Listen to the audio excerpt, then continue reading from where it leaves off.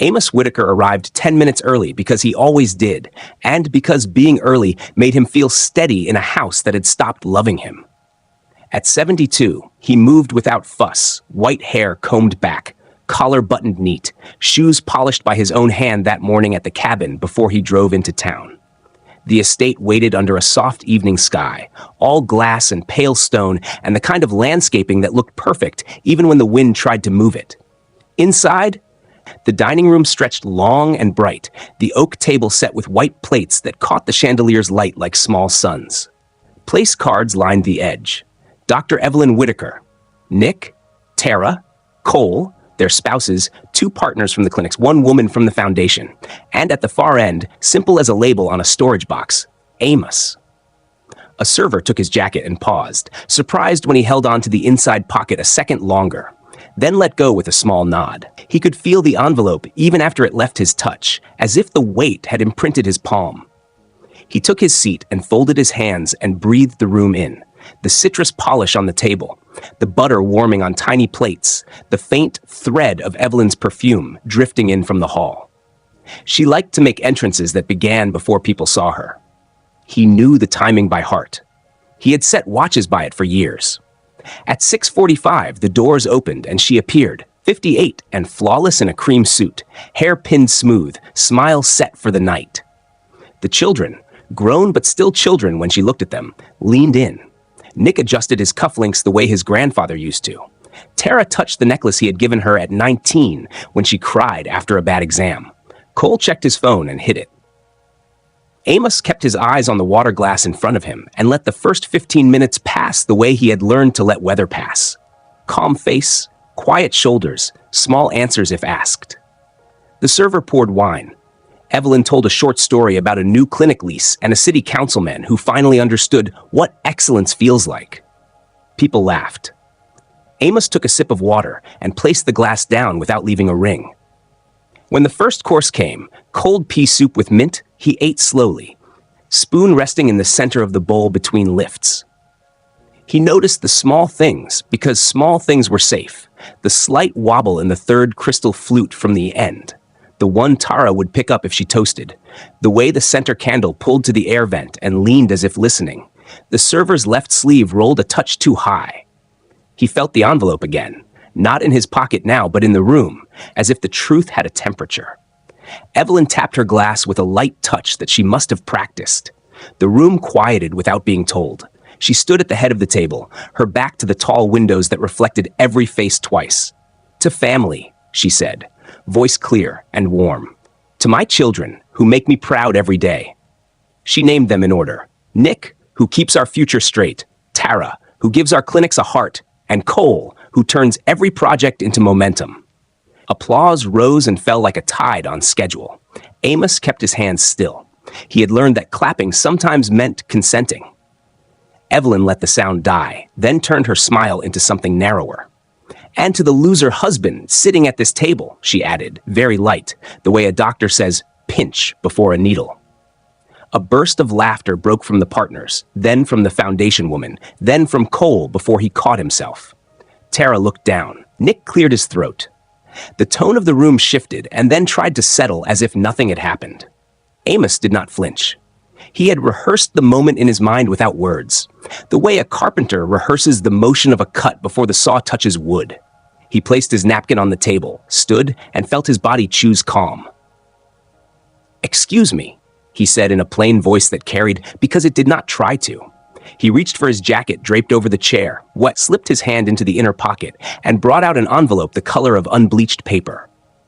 On top of it, taped with a thin strip, lay a small white card with block letters drawn steady by a man who built things square. "For you, wife, Happy Mother's Day."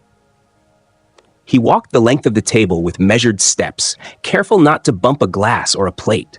People watched the way people watch an object on a shelf begin to slide. He stopped in front of Evelyn, who kept her chin high, her eyes level, her smile not moving. He set the envelope on the charger plate that waited for the main course and slid the small card so the words faced her. "A gift," he said. "That is all." One heartbeat passed, then two. Someone exhaled a laugh like steam. Evelyn did not sit. She picked up the card, read it, then flipped it between her fingers the way she used to turn a coin when thinking. "How sweet," she said. "From my husband who never brings flowers." She slid a nail under the flap and broke the seal. Paper rasped against paper, a sound too small for a room that held so many bright surfaces, yet everyone heard it. She pulled out the first page. The clinic partner on her left leaned in because leaning toward her had always been good for business. She read the line at the center, the one that looks harmless until your eyes land and stop. Paternity index 0.00, not the biological father. Her mouth did not open at first. Her pupils tightened like the lens of a camera faced with sudden light. She turned the page as if the next sheet might argue with the first. Paternity index 0.0, not the biological father. A breath left her, the kind that changes a room. She turned the third. Not the biological father. The chandelier hum filled the quiet. Nick's chair scraped the floor. Tara reached for the table and missed the edge before finding it. Cole looked at his mother, then at Amos, and then at the glass in front of him, as if the answer might be floating there. Evelyn made a sound, small and animal at first, then human and sharp. It cracked the polite shell of the evening. She screamed, not the theatrical sound she used in meetings when someone shocked her with a lower number, but a raw sound that came from the body and did not ask permission to leave. The foundation woman's hand flew to her throat. One partner stood and said, "Evelyn," like her name could act as a lid. The server nearest the door froze with a tray still high. Amos did not step back. He did not explain. He did not shame. He had delivered a package to the right address on the right day. He gave a small nod to no one in particular, turned, and walked the path he had mapped in his mind when he stood alone in the cabin and checked the hinges on the door twice. His shoes made a quiet, even sound on the wood. He passed the sideboard with the silver coffee pot he had polished 2 Christmases ago when the staff was short. He passed the mirror that caught him for half a second and showed him a simple truth. An old man in a dark suit who had chosen to leave before anyone could tell him he did not belong. He reached the French doors, pressed the brass handle, and let the outside air move across his face like clean water. Behind him, voices rose and collided. "Call someone." "What is this? Mother? Dad?" But the voices were behind glass now, and glass is a merciful wall. He stepped onto the stone terrace, crossed to the garden steps he had once edged with brick by hand, and kept walking, each step part of a line that did not wander. The envelope lay open on the white linen, the small card placed beside it, where any eye could still read, "For you, wife, Happy Mother's Day." The candle flame near her plate wavered under the vent, but did not go out. In the reflection of the tall windows, the room looked like a painting that someone had just cut with a knife down the center. Amos did not turn to see it. The gate would be ahead, black iron on smooth hinges. The driver would be waiting where he had asked, car angled toward the road. The night would be cooler 2 steps past the hydrangeas. Breathing was easy again. He kept his back straight, not from pride, but from relief, as if a weight had finally been set on the proper shelf. Amos did not hurry as he crossed the flagstones, because speed looked like panic, and he had promised himself there would be none. The garden air was cool and smelled faintly of damp soil and clipped hydrangeas, and the iron gate ahead was a clean line in a night that had just begun. The security man at the post, Daniel, a polite former Marine who always pressed his shirts too flat, half rose when he saw Amos, then paused, unsure if he should call out. "Evening, Mr. Whitaker," he said, voice careful, eyes flicking toward the bright windows where silhouettes had started to cluster near the head of the table. "Evening, Daniel," Amos answered, and the sound of his own voice steadied him like a hand on a railing. "A car will be at the corner. No need to open the drive." Daniel nodded slowly, the look of a man who wanted to ask if everything was all right and knew it wasn't his place. "Happy Mother's Day to Mrs. Whitaker," he offered, because people reach for normal words when anything breaks. "You, too," Amos said gently. Thinking of the young wife and the new baby, Daniel kept on his phone lock screen. He passed through the pedestrian gate, its swing silent on oiled hinges he had fixed himself the year the estate expanded, and turned right onto the quiet street. The Uber idled exactly where he'd asked it to wait, 2 houses down to avoid any fuss at the front drive. hazard lights ticking a steady metronome. Amos opened the back door, slid in, and pulled the seatbelt across his chest in one smooth motion. The car smelled of pine from the little plastic tree on the mirror and of coffee that had gone cold. The driver, a man in his 30s with a neat beard and a baseball cap, glanced back. "Airport?" he asked, defaulting to the usual when a man in a suit climbed in. "Montrose Motel, Route 17, Amos said. His hands lay quiet in his lap, the left thumb brushing the simple gold band he still wore out of habit and history. The driver tapped the route. The map bloomed blue, and they rolled away from the estate without a sound that would pull anyone to the windows. Behind the glass, voices rose and tangled, a woman's sharp cry carrying farther than polite laughter ever had, then shrinking into the house as distance did its work.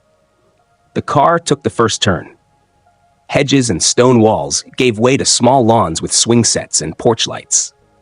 Amos let breath fill the bottom of his ribs and leave slow, like sanding a rough edge until it grew smooth. The envelope was gone from his body, but its work had begun behind him, and he would not go back to tend it. He stared out at the road and allowed himself one clear memory of the last 2 months. 3 separate lunches with 3 adult children, handled like a craftsman's sequence. Measure, mark, cut, check. No rush, no waste. With Nick, a steakhouse at noon, the napkin he held too long before tossing it onto his plate. With Tara, a cafe after yoga, the paper cup lid she pressed down twice before leaving it behind. With Cole, a burger place by the river, the straw he bent and then dropped into the tray. Each time Amos had wrapped the items in clean zip bags, labeled with date and time in his block letters, and tucked them into a small cooler beside a blue ice pack. He had told no one but the lab in the city with a procedure he could follow and receipts he could hold. The reports had arrived by courier, in triplicate, stamped and barcoded, chain of custody signed in a hand that did not shake.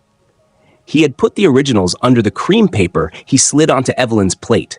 The copies sat in a plastic sleeve inside his overnight bag, which he had left that morning in a locker at the bus station a town over, because a second shelf is a kind of wisdom.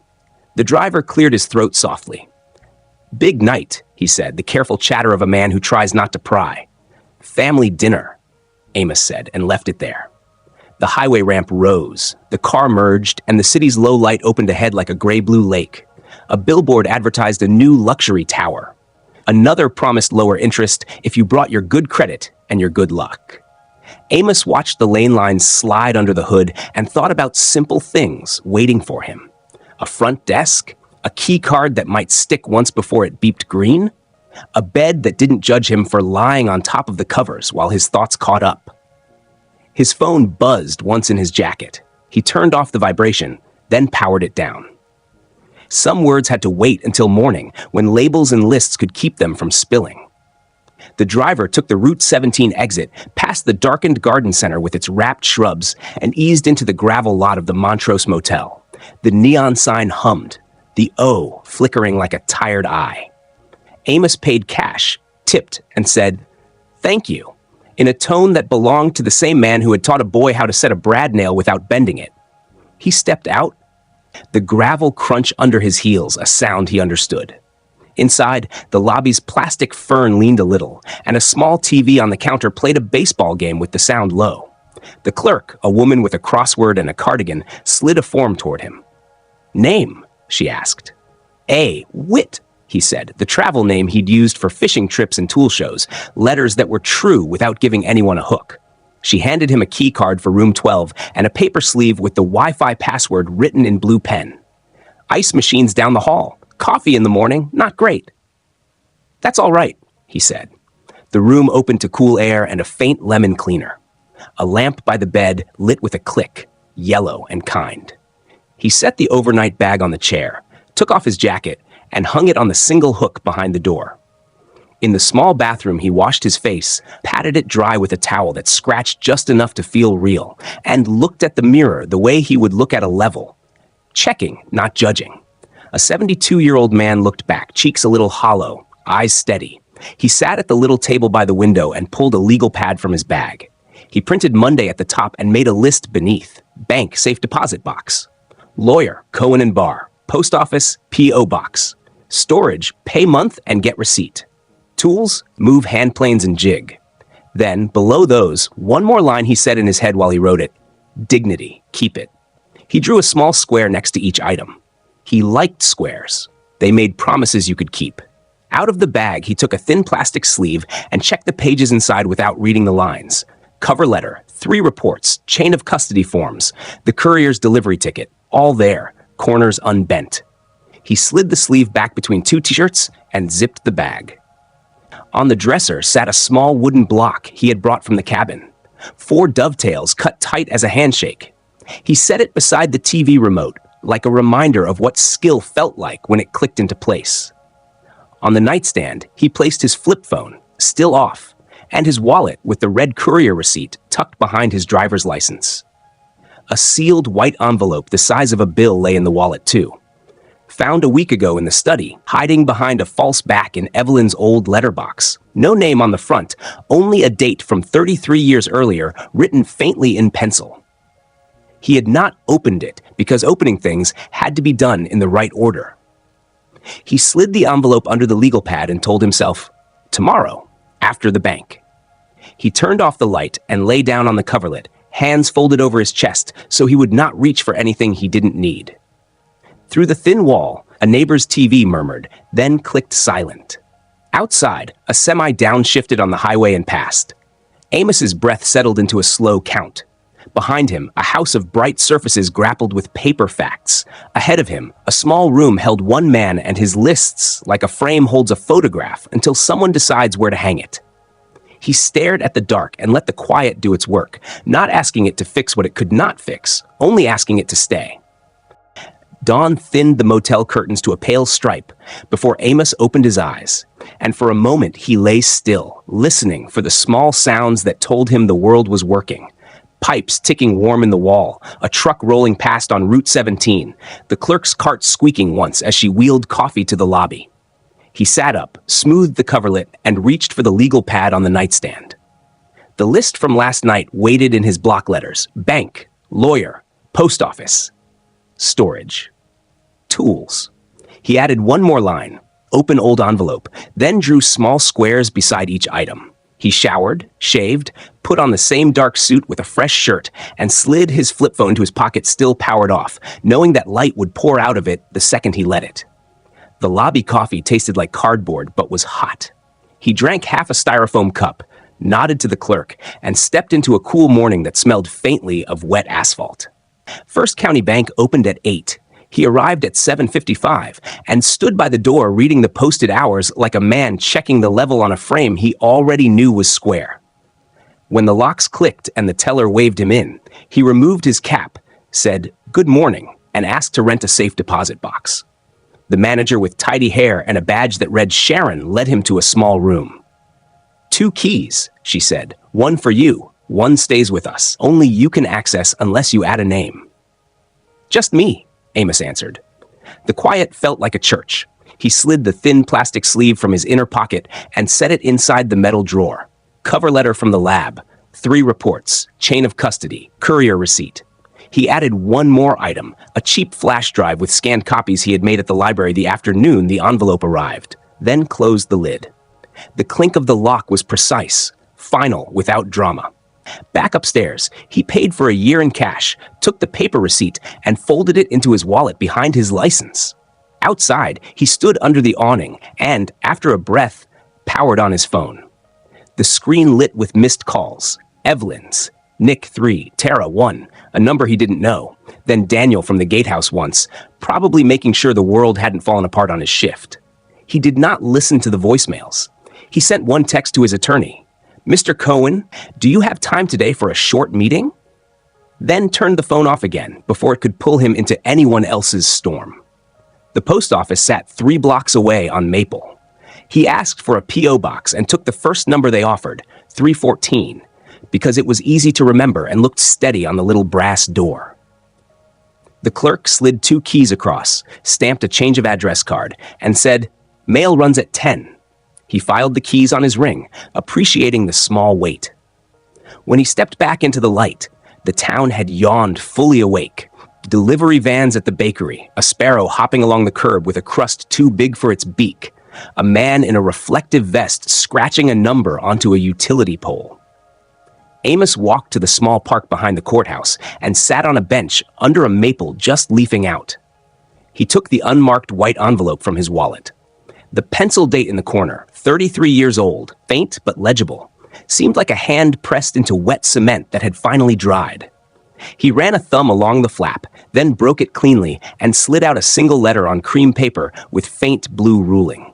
The handwriting was careful, not fancy, the way a person writes when they want to be understood and don't quite trust their hand to say it right the first time. E, if you are pregnant, I will do what is right, it began. We are both too far along in our plans to make promises we cannot keep, but I will not pretend I don't know what we did, or that it might mean a life. I do not ask you to leave your husband. I do not ask for anything but permission to be decent. If he raises the boy, let him raise him fully. Please do not let the child grow up feeling he is a mistake. There was an address at the bottom, Ohio State Engineering, a post office box number, and a date that put the letter in late spring the year before Nick was born. No names beyond the letters. No heat. No apology. Just an attempt at a square line drawn through what had not been square. Amos read it twice, then folded it along the original crease and slid it back into the envelope. The bench felt real under him. He stared across the grass at a jogger tying her shoe, a child dragging a stick along a fence, and he thought of the 3 separate lab lines that had stared up at Evelyn last night with their hard zeros. This letter did not prove everything, but it was a piece in the frame, and it told him something he needed to know. Someone once had tried to keep a boy from growing up erased. He put the envelope back in his wallet and checked the time. 9:25.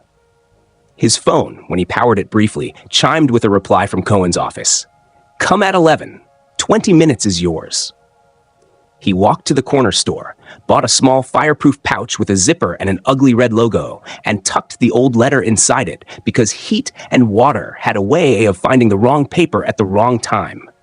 At 10:45, he pushed through the glass door of Cohen and Barr. The receptionist, who had known him for years as the man who never took a candy from the dish, lifted a hand. He'll squeeze you in. Mr. Cohen stood when Amos entered, offered water, and didn't ask how he was, which Amos appreciated. He set the pouch on the desk without opening it. I won't fight for money, he said. I won't smear her. I want separation papers started, and I want to remove her from anything with my name. Beneficiary, joint account, truck title, the small pension. Cohen nodded, made notes, and slid a form across. We can file a simple petition today. You'll need a mailing address. P.O. Box 314, Amos said, surprising himself with how good the numbers felt coming out of his mouth. And I want a new will, he added after a beat. Small cabin to a fund for trade tools. Kids who need workbenches and good chisels. Call it the Good Tools Fund. No names. Cohen's eyes warmed a fraction. We can draft a trust. Modest, clean. Also, if she goes public, this is what you say and only this. I will not discuss private family matters. I wish everyone well, and I'm building a quiet life elsewhere. Amos picked up the printed sentence, read it, and put it down. That will do. When the 20 minutes were up, he shook Cohen's hand, left a retainer check from the account Evelyn never bothered to track because it was too small to matter, and stepped back onto Maple, feeling like he had picked up a tool he knew exactly how to use. At noon, he drove toward the storage facility near the river, rented a 5x10 unit, and signed Amos W. on the contract because there was no reason to hide a life that had nothing left to steal. The manager rolled up the door to show him the empty space, concrete floor, metal walls, a light bulb with a pull string. Good spot, the man said. Doesn't flood. Amos nodded, thinking of hand planes wrapped in old shirts, a dovetail jig, clamps that still held true, things now at the cabin that would move here soon so the shop could breathe. He bought a small lock and clicked it shut, the sound tight and right. On the way back to the motel, he passed the estate road and kept going without looking down it. At the Montrose, he sat at the little table again, pulled the legal pad close, and checked boxes with a ballpoint. Bank, done. Lawyer, done. Post office, done. Storage, done. He left tools open. He wrote under the last item, call Daniel. Tell him thank you for last night. Then, because he had promised himself to open things in order, he took the fireproof pouch out and read the letter once more. Slow. The words did not change. He slid the letter into the plastic sleeve with the lab copies and, after a minute, removed it again and returned it to his wallet. Closer. The phone vibrated against the tabletop. He let it buzz, then lifted it. A single text from Tara this time. "Are you safe?" He typed back, "Yes." Another message came 3 dots later. "Is it true?" He stared at the screen, then wrote, "The paper is true." The love was also true. He sent it and turned the phone off before anyone else could arrive on the glass. Afternoon leaned into the room. He stretched his back, washed his cup in the tiny sink, and stood at the window a while, looking at the parking lot with its ordinary cars and the strip of woods beyond it. Mystery did not feel like smoke to him. It felt like the quiet parts of a blueprint where the lines didn't meet yet. He would not chase rumors or men from old letterheads. He would keep his shop square and his words simple. Tomorrow, he would drive to the cabin, sweep out the sawdust, and carry in the first tools. Tonight, he would sleep with the fireproof pouch in the drawer, the keys on the nightstand, and the list within reach. The children could come when they were ready. He would meet them at the door he could hold open without breaking himself. Amos checked out of the motel just after noon because he liked to move when the light was good, and because the list on his legal pad had 4 checked boxes already, and the 5th said tools, which meant the cabin. He folded the pad, slid it into his bag, and drove the old truck he kept at a friend's lot, keys handed over last month for a few days that had turned into a habit. The engine turned over on the second try, steady as a clock he had oiled last winter.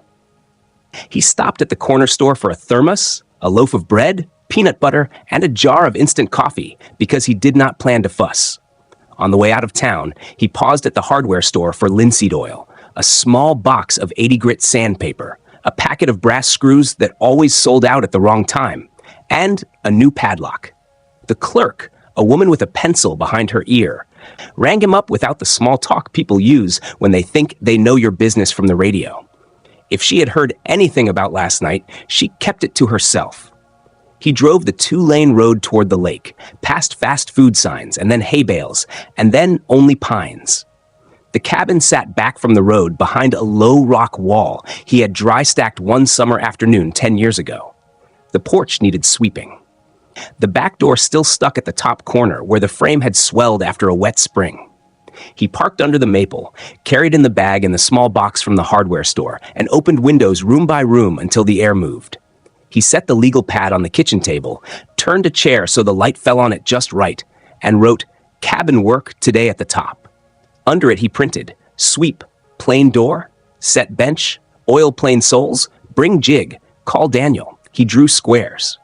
He considered the drawer where he would keep the papers, and chose the second one down on the left because it slid easy and did not stick when humidity rose.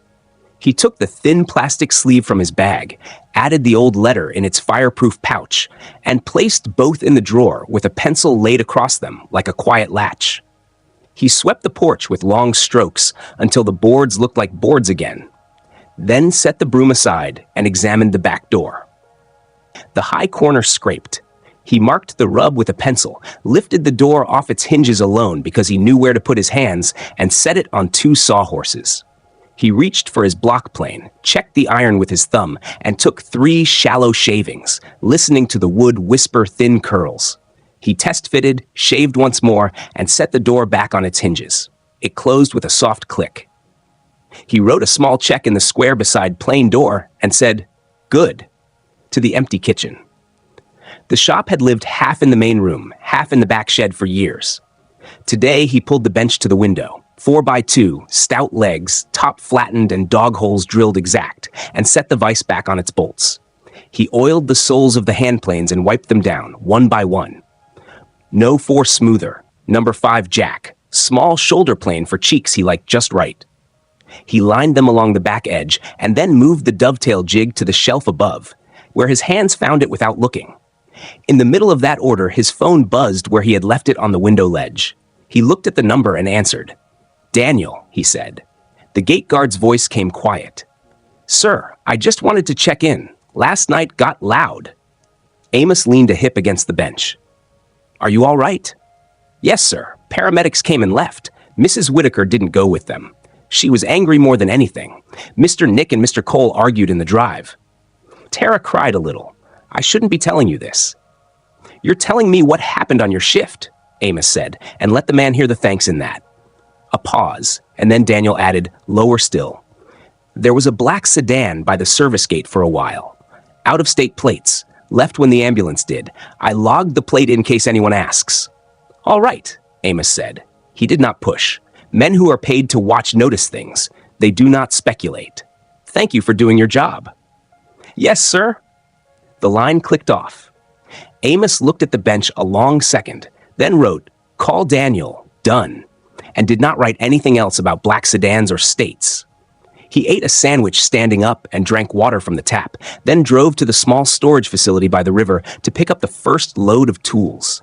The manager recognized him from the morning. Back already, the man said. Good to get ahead before weekend folks come in.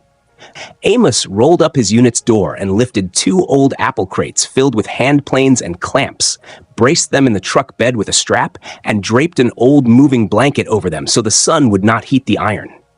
He added the dovetail jig, a box of chisels wrapped in shirts, and a jar of screws. He left the big machines where they were for now. The bench work would be enough to start. Back at the cabin, he carried each crate inside and set tools on the bench like placing family photos on a mantle, but with more care. He sharpened one chisel because it was there, and because bringing an edge back to true calm the mind. Water on the stone, small circles, check the burr, strop on leather, repeat, a thin line of light running just right. The radio he had pulled from a thrift store last month picked up a talk station out of town. A woman's voice said, no comment from the Whitaker clinics, then moved on to traffic. He turned the volume low until it became just a hum and reminders of weather 2 counties away. He checked his watch. It was mid-afternoon. Mr. Cohen had said he would email drafts by 5. Amos opened the laptop he kept for simple needs, connected to the spotty cabin Wi-Fi, and sent 2 emails. One to Cohen. Thank you. The Good Tools Trust can start small. I will fund it with the cabin if I go first. And one to the hardware store asking for a quote on 6 lengths of maple and 2 of walnut for chair rails. He added a 3rd email to a friend in town, Martha at the community college, asking if there was a list of students who needed starter kits. He kept his words short. Email is best when it is a ledger, not a stage. At 4, a courier van stopped at the end of the drive. The driver came up the path with a thick envelope. From Cohen and Barr, he said. Signature? Amos signed and set the envelope on the kitchen table. He did not open it yet. He took the broom to the floor again because sawdust from one chisel can wander under a door and into a life. When the light shifted from white to honey, he washed his hands at the sink, turned off the radio, and opened the envelope. Inside were 3 neat stacks. The initial petition for legal separation, change of beneficiary forms for the small pension and the insurance, and the first draft of the Good Tools Trust, 1 page with plain words doing honest work. A sticky note in Cohen's square hand said, if her counsel requests a private meeting, I advise you not to go alone. Amos placed the petition in a folder marked legal and the forms in one marked beneficiary. He filled out the lines he could fill, name, P.O. Box 314 date, and left the rest for signatures in the morning at the bank where a notary would stamp them right. He stood, stretched his back with both hands pressed to the small of it, and looked around the room. The cabin did not ask questions. It held what he put in it and did not add commentary. He boiled water in a dented kettle on the small stove and poured it over instant coffee in the new thermos. The taste was harsh and honest. He took it to the porch, sat on the step, and watched evening arrive in slow bands. A car passed on the road and did not slow. An owl tested its voice in the trees. His phone, still on the window ledge inside, buzzed once and stopped. He let it rest. He thought of the letter from 33 years ago with its careful lines, of Daniel's out-of-state plate, of the way Evelyn had held the first lab page like it might change if she stared long enough. He did not string those things together because not every line needs to touch to hold a frame. He set the thermos down, went back inside, and wrote a new list for morning. Bank, sign, post office, key copies, lumberyard, prices. hardware, glue, storage, second load. At the bottom he added, "Tell Martha, chairs for auction benefit, because a chair that sits true makes money for good causes better than speeches do." When darkness settled, he locked the back door, checked the front, and left the bedroom door open to the hall so the cabin felt like one room breathing. In bed, he lay on his side, hands together, and listened to the night ask for nothing. He let himself picture 3 faces as they were at 5 years old, sticky with popsicle juice, all knees and questions. He said out loud what he had written to Tara earlier, because sometimes words need air. The paper is true. The love was also true. Then he slept, not because the day had solved anything large, but because the day had stayed square, one checked box at a time, and because he had work to do tomorrow with wood and forms and a lock that clicked shut exactly once when it should. Morning came clean and cool, and Amos rose with it, rolled his shoulders once, and moved through the cabin by habit. Window latch, kettle on, 2 slices of bread, a knife skim of peanut butter, because simple steps made the day hold steady. He checked the list he had written the night before. Bank, sign, post office, key copies, lumberyard, prices, hardware, glue, storage, second load. He added one more line in the same block letters. Speak with children if they call. By 8, he was in town, hat in hand at First County Bank, where a notary stamped the beneficiary forms in front of him with a square blue seal that looked like certainty. He signed the legal separation petition in 2 places, tucked the bank's receipt into his wallet behind the safe deposit slip, and walked to the post office. There he mailed the packet to Mr. Cohen by certified mail and made 2 copies of the P.O. Box 314 key for backup. At the lumberyard, he priced maple and walnut lengths and wrote the numbers on his pad without rounding them in his head. He bought 2 bottles of wood glue at the hardware store and a small packet of finish nails because finish nails always ran out when you needed one more. By late morning, he was back at the cabin with the windows open and the radio low on a weather report that did not include his county. He set the stamped papers in the drawer he had chosen for legal, slid the fireproof pouch with the old attic letter under them, and took a slow breath that felt like it reached the bottom of his ribs. His phone buzzed on the window ledge. He looked and saw Tara's name. "Can I come now?" her text read. He typed, "Yes, I'll put coffee on." He set the kettle again, swept the porch once, and straightened a second chair at the table without thinking about who had sat in it last. Tara arrived with a paper sack tucked against her chest, the way she used to carry library books, eggs, bread, oranges, the small things a person buys when they want to be useful. Her sunglasses were on top of her head, her eyes red but dry. She stepped inside, stopped, and looked around like she was measuring the room for truth. "It's quiet," she said. "That helps," he answered. They sat. She wrapped her hands around the mug, then set it down. "Is it true?" she asked, and the words were small and exact. He nodded once. "The paper is true," he said. "The love was also true." She blinked hard, then held out a hand without speaking. He slid a plastic sleeve from the drawer and laid it on the table. Chain of custody page, 3 reports, courier receipt. "If you want, we can test again at any lab you pick," he added before she could swallow more hurt. "We can go together. I will sign whatever you need." She ran a finger along the barcode lines like they were rails. "Mom says you forged everything," she said flat. "She says you're trying to ruin us." Amos let the sentence sit. "I won't fight your mother in public," he said, "and I won't call her names. I put paper on a table because she called me a loser in front of you." Tara nodded once, jaw tight. "She says it was a joke." "It wasn't," he said. Silence took the middle of the room and held it a moment. Tara breathed out. "I found a letter once," she said, eyes on the table. "Years ago in the attic when we were cleaning. Mom took it from my hand before I finished the first line and told me some things are private. It had careful handwriting, and the last line asked not to let the boy grow up feeling like a mistake." She looked up. "Did you ever see it?" Amos rose, opened the drawer, and took out the fireproof pouch. He slid the old white envelope across the table and nodded toward the faint pencil date. "Behind a false back in her letterbox," he said. "I did not open it until yesterday. Then I did." Tara eased the letter out and read in a whisper, lips moving. "I will do what is right. If he raises the boy, let him raise him fully. Please do not let the child grow up feeling he is a mistake." She set it down and pressed 2 fingers to her mouth the way she had at 9 when she cut her knee on the pool steps. R, she said. There's only the letter R. Amos folded the paper back along its crease and returned it to its sleeve. It doesn't give me a job to do, he said. It gives me a line to understand. Someone tried to do one thing right. Outside, a car rolled past slow on the gravel at the end of the drive, tires crunching, engine a low hum. Tara's eyes flicked to the window. Amos did not move to look. A black sedan idled by the service gate last night, he said in the same steady tone. Daniel logged the plate. If it's here, it can keep going.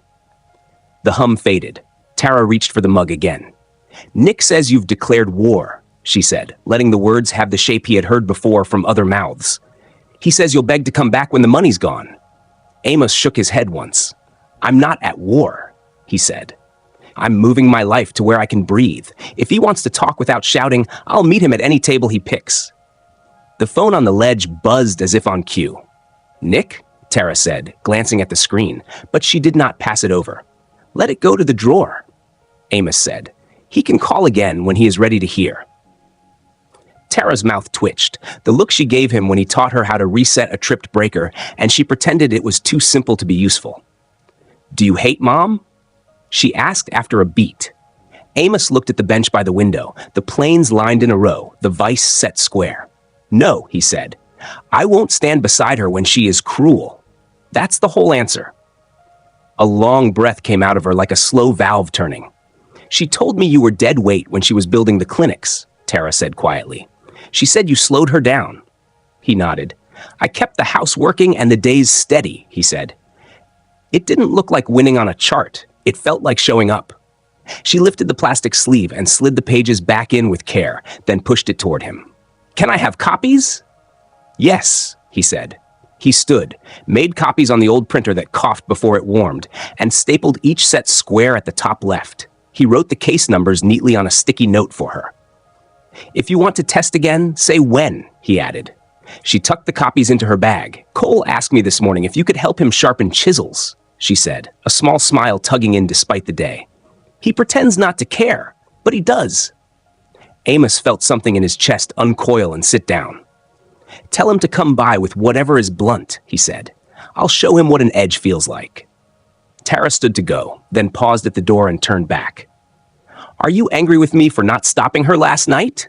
She asked in a rush, as if the question had been standing behind her this whole time. No, he said, and the answer was easy. You don't have to stand up in a room to tell me you see me. You came here. She stepped forward and hugged him quick, not the long clinging of a child, but the short, honest hold of an adult who means it. I'm listening, she said into his shoulder, then left before her face betrayed more. The drive was empty and then not. A pickup passed, not the sedan. Amos watched the maple leaves move once in a breeze, then went back inside. The phone on the ledge lit again. Nick. He let it ring out and then looked at the text that followed. You're dead to us. He typed slowly. I am here when you want to talk like men. No shouting. He put the phone in the drawer and closed it. 10 minutes later, the drawer buzzed. A second text arrived. For now. Amos wrote one more line on the legal pad under the day's list. Meet each child where they are. No rescue missions. He took a dull chisel from the crate, set water on the stone, and began to work in small circles until the gray slurry formed and the edge whispered true again. The sound calmed the cabin. Near dusk, a car turned into the drive and stopped. Cole stepped out with a cardboard box and a look he tried to keep blank. Brought the dull stuff, he said from the steps. Good, Amos answered. Dull is where we start. Cole followed him inside.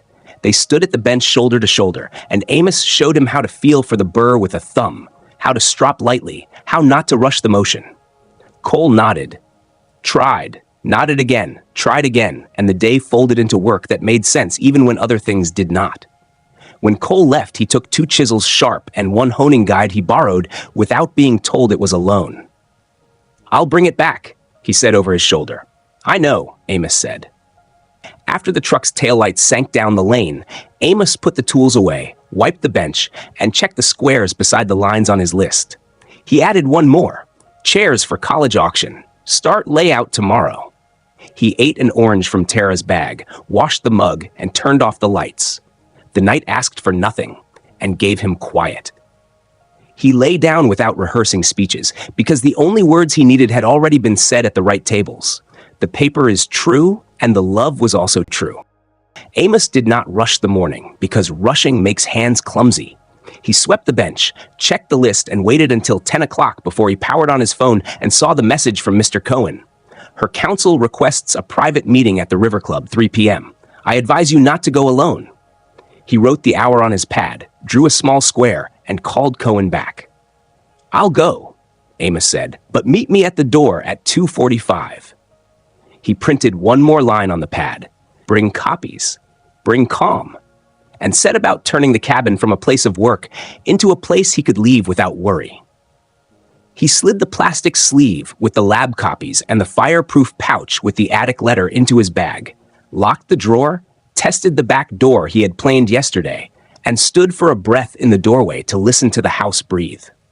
The road into town was clear, the maples bright. He parked in the public lot 2 blocks from the club because he liked to arrive on foot, not spill out of a valet line like a problem. At the River Club, the lobby smelled of old wood and lemon oil, the kind of polish that sits in the grain. Mr. Cohen waited in a gray suit and steady shoes. We'll ask for a glass room, he said quietly, for everyone's memory. The host led them to a small conference space with glass on 2 sides, the river moving like slow metal beyond.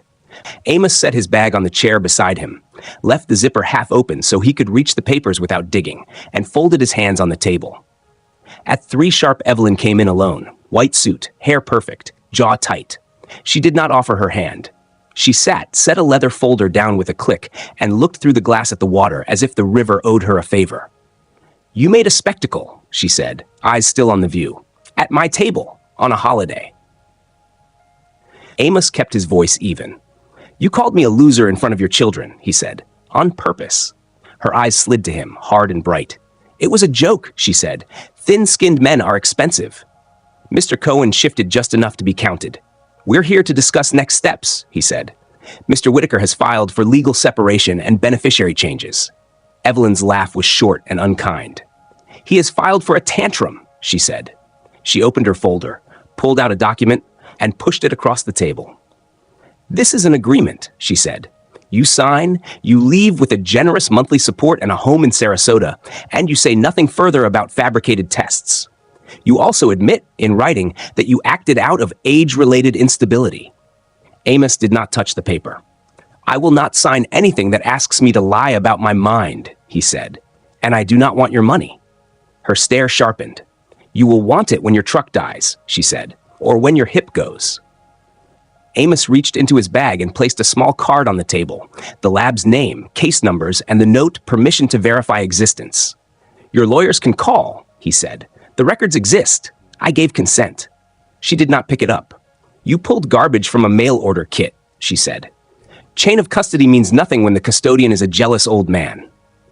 Amos slid the chain of custody page out next, turned it so it faced her, and tapped the line where the courier's signature sat. Dates, signatures, numbers, he said. If you want another test, we can all go together. Any lab you choose. For the first time, she blinked slower than the rest of her body. I will not be dragged to a clinic by a man who could not keep a steady job, she said. Mr. Cohen's pen touched his pad. He kept a steady house, he said mildly. That counts in court and in life. Evelyn's mouth tipped in disdain. Court, she said. Do you want court, Amos? You think judges like old men with hand planes who embarrass wives with partners? I will buy and sell every story you think you can tell. Amos shook his head. I don't want court, he said. I want quiet. I will not give interviews. I will not go on radio. I will not stand on a stage. But I will not come back to a house where I am mocked. She leaned forward, perfume sharp now, voice low. Then hear me, she said. If you continue this, my children will never speak to you again. Amos did not look away. They are adults, he said. They will choose their doors. Silence sat down between them. A server appeared with water that no one requested, set the glasses down, and left like a ghost. Evelyn reached into her folder again and drew out a slim white envelope, old, creased, the corners softened by time. Amos felt his heart move once, but he did not reach. You think you found something, she said. A letter with a careful hand, I know the one. That man wrote me when I was 25 and stupid. She flicked the envelope with a fingernail. I kept it to remind myself what weakness looks like. Amos placed his palms flat on the table. Weakness writes please, he said softly. Cruelty writes loser. A thin vein rose in her temple. You will hand me every copy you made, she said, and you will sign this non-disclosure, and you will stop poisoning my children with your self-pity. Mr. Cohen's voice stayed calm. He won't be signing an NDA that requires him to misstate facts, he said. We can discuss mutual non-disparagement if you like. Evelyn's eyes cut to him. I am not here to bargain, she said. I am here to warn. She angled her body back to Amos. There are men in rooms you do not know, she said. Partners, donors, editors. You don't know how this city works. Amos watched the river, steady in the glass. I know how wood works, he said. It moves when you force it. It warps when you rush it. You can't make it what it isn't. She hissed a breath. For a second, the mask shifted, and he saw the tired woman under the armor, the nurse who once pulled double shifts and ate crackers in a stairwell because the cafeteria was closed. He waited. She smoothed the air with her palm, as if erasing that version of herself, and the steel returned. Last night there was a car by the gate, she said casually. Did your guard tell you? Out of state. Men sometimes watch when you light matches. Amos remembered Daniel's quiet voice, the logged plate. Men can watch, Amos said. I will still tell the truth, and the truth is simple. I loved 3 children. Paper says they are not my blood. Love says they were my work. Both can be true at the same time. Evelyn's mouth curled at the word love. Love is a cheap word when a man fails at money, she said. Mr. Cohen closed his notebook. We're finished, he said, voice professional, as if he were ending a meeting about zoning. We'll proceed with separation. We will not discuss this further without counsel.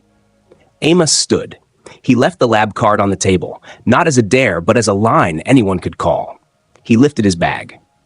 Evelyn rose too, paper between her fingers, eyes lit with a heat that would scorch anyone who stood too close.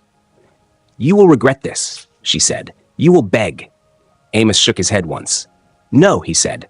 Begging is for men who want back into a room. I'm building a new room. He turned toward the door. At the threshold, he paused and looked back, not at her, but at the glass that held the moving river and their faint reflections. Stop telling them I am nothing, he said quietly. It isn't true. Then he walked out, Cohen beside him, the carpet soft under their steps. In the hall, Amos exhaled for the first time since she had sat down. You did fine, Cohen said. Expect noise now. Noise is not a saw, Amos answered. It doesn't cut. They rode the elevator down. Outside, the wind off the water carried a bite. He liked it. He and Cohen shook hands.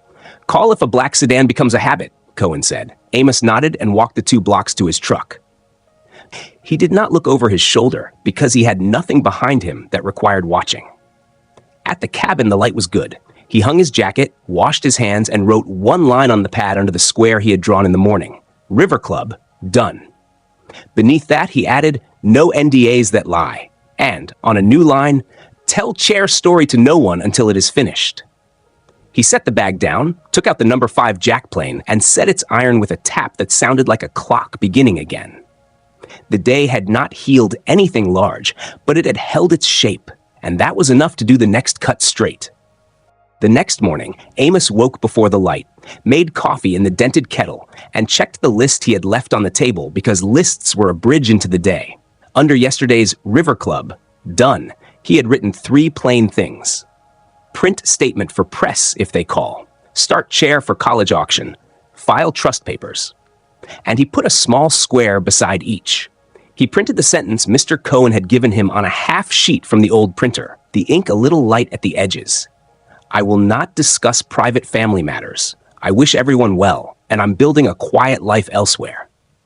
He taped it inside the cabin door, so he would not have to say the words fresh each time a voice arrived he did not owe. He placed the trust documents in a manila envelope, slid on his jacket, and drove into town when the bank opened, the sky clear, the road empty. The notary stamped the trust in blue. He paid the modest filing fee, folded the receipt into his wallet, and felt that small square inside his chest settle. At the post office, he checked P.O. Box 314 and found 2 items. A plain white envelope with Mr. Cohen's return address, Good Tools Fund, filed. And a second, older hand on the front with careful letters, no return name, only a Columbus, Ohio postmark. He did not open the second envelope there. He slid it behind the license the way a man sets a tool in the apron pocket he trusts most. Back at the cabin, he put the trust file in the drawer marked legal, then set the template for a chair rail on the bench and drew 2 arcs with a sharp pencil because starting a chair is better than staring at air. Around noon, the phone buzzed hard, a number he didn't know, then a second, then the local radio station twice. He let them pass into the drawer and read the half sheet on the inside of his door when his hand twitched. He sharpened one plain iron that had begun to leave tracks and took the first cuts on a length of maple. The shaving came off like a long ribbon and fell on the floor, soft. At 2, the phone buzzed again. This time Tara, Mom's lawyer, sent out a statement. She said the tests are fake and you're unstable. Are you okay? I have work. I am okay. There's coffee if you come. She replied, later, with pie. He smiled in spite of the day and planed the second rail. At 4, a car turned in at the drive. He wiped his hands and stepped onto the porch. The sedan that stopped was not the black one. It was a dusty gray with Ohio plates. A man about Amos's age stepped out slowly, hat in his hands, exact movements of someone afraid to step wrong on a floor he did not own. He wore a good shirt, not expensive, pressed by careful hands. He stopped at the bottom step and did not climb until Amos nodded. "My name is Robert," the man said, voice low, eyes steady in the way of a man who had written something hard once and mailed it when the mailbox felt like a cliff. He held up his hands, palms empty. "I sent a letter to a P.O. box because I did not want to walk to the wrong door. If this is wrong, I'll go." Amos pointed to the second chair on the porch. "Have a seat," he said, because he kept his life simple. He would listen until he could not. They sat with a plank of air between them. For a minute, they only watched the trees. Then Robert said, "I was a young engineer and a fool. I did not ask Evelyn to leave you. I asked to be allowed to be decent. I do not want anything now. I only came to tell you I wrote that letter you found." Amos nodded once. "I know," he said. "I recognized the handwriting." Robert's mouth tipped like a man who had expected anger and gotten water. "I thought you might want a name if the boy ever asked," he said, hands worrying the brim of his hat and then stopping because he did not want to look like a man who begged. "I am not a boy," Amos said, meaning the boy he raised, the 3 boys and girl hours he had spent on bleachers and in emergency rooms. "And the children are grown." Robert nodded. "I do not plan to meet them," he said. "I will not intrude. I wanted to tell you you were not wrong for the years you did the work." Amos breathed through the words like a man sharpening, slow, letting the edge come to him. "I wasn't wrong," he said, "and I'm not going to hold a courtroom in my yard." Robert stood, the conversation as neat and square as the old letter. "I'll go," he said. "If a tool is ever needed for a young person who wants to work, I can send money that does not carry my name." Amos nodded again. "There is a fund," he said. "Good tools, no names on the page." Robert's eyes warmed with a relief that had nothing to do with blood. He took a small envelope from his shirt pocket and placed it on the step without handing it to Amos, a respectful inch of air between offering and taking. "For that," he said, "no strings." He walked back to the car, turned once at the lane, lifted a hand, and was gone by the time Amos bent to pick up the envelope. 50 small bills sat inside, folded twice, no note. Amos set them in the drawer under the trust file with a square of paper that read only Ohio. He washed his hands, returned to the bench, and cut the tenons on the front legs, measuring twice with a story stick he had used for 20 years. At dusk, Tara's car pulled in. She came with a paper bag and the wariness of a person who had been pulled apart all day by phones. She set a lemon pie on the table. "He was here," she said, eyes flicking to the drive. "I saw him in town. A man with Ohio plates asked the clerk for directions to Whitaker Lane." Amos poured coffee. "He did not ask for you," he said. "He left a donation with no name." She nodded and didn't press. They ate pie with quiet forks. She told him the least bad parts of the day. He told her the best small parts of his. Cole came by later with the honing guide in his pocket, like a promise kept, and tried to hide the way he looked over his shoulder before stepping in. "Mom says I am not to come here," he announced, as if saying it aloud could turn it into a thing that wasn't a weight. "You are here," Amos said. That is the whole story tonight. They sharpened a gouge and a spoke shave, Cole learning the feel by sound. Before leaving, Cole put a hand flat on the bench. "This makes sense," he said without looking up. "It does," Amos answered. When the door closed, a text from Nick arrived. A block of heat boiled down to 5 words. "Don't speak to him again." Amos typed back, "We will talk when you're ready to sit. No shouting," and put the phone away. Later, alone, he opened the Columbus envelope from the P.O. box. The handwriting was the same careful hand from 33 years ago, older now but still trying to be neat. "I will not knock," it read. "I will not write again unless asked. I am sorry you carried this alone. If you need a receipt for tools, I can send one quietly." Amos folded it back and slid it into the fireproof pouch under the trust file. Names did not need to be loud to be useful. The next day, he drove to the community college and spoke to Martha about starter kits.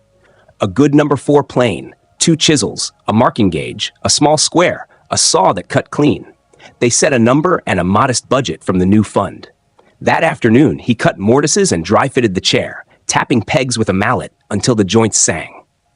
He carved a small word under the seat where only the person who turned it over would see. Hold, his way of saying what a chair should do. On Saturday, the college held a small auction in the gym. Amos brought the chair wrapped in a moving blanket. Tara carried it in with him, flushed from helping set up. Cole came late and stood in the doorway, hands in pockets, pretending not to be watching. People bid more than he expected. The money went into good tools, and 3 students left that day, holding brown boxes with their first planes and chisels clinking softly inside. After, a young man in a work shirt with his name stitched on the pocket shook Amos's hand and said, "My dad doesn't get it, but I do." "Thank you."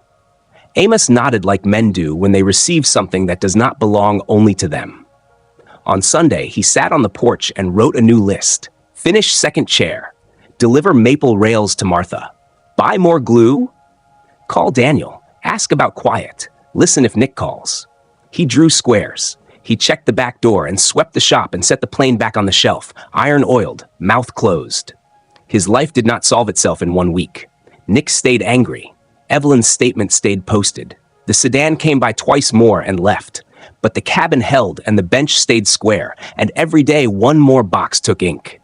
At night, he recorded a short note on a cheap handheld recorder, not for radio, just for his pocket. "My name is Amos. I am 72. The paper is true. The love was also true. If you're sitting at a table where you are mocked, you can stand and carry your dignity to a quieter room. When you are ready, I'll be here. Bring whatever is dull. We can find the edge together." He saved the file, turned off the light, and let the small house breathe. In the dark, he pictured 3 children at 5 again, and then he let them be adults who could choose their doors. In the morning, he would set the iron on the number 5 with 1 tap and take another long shaving from the maple, and the curl would fall soft to the floor, and work would be the mystery that kept him steady. 1 true cut at a time.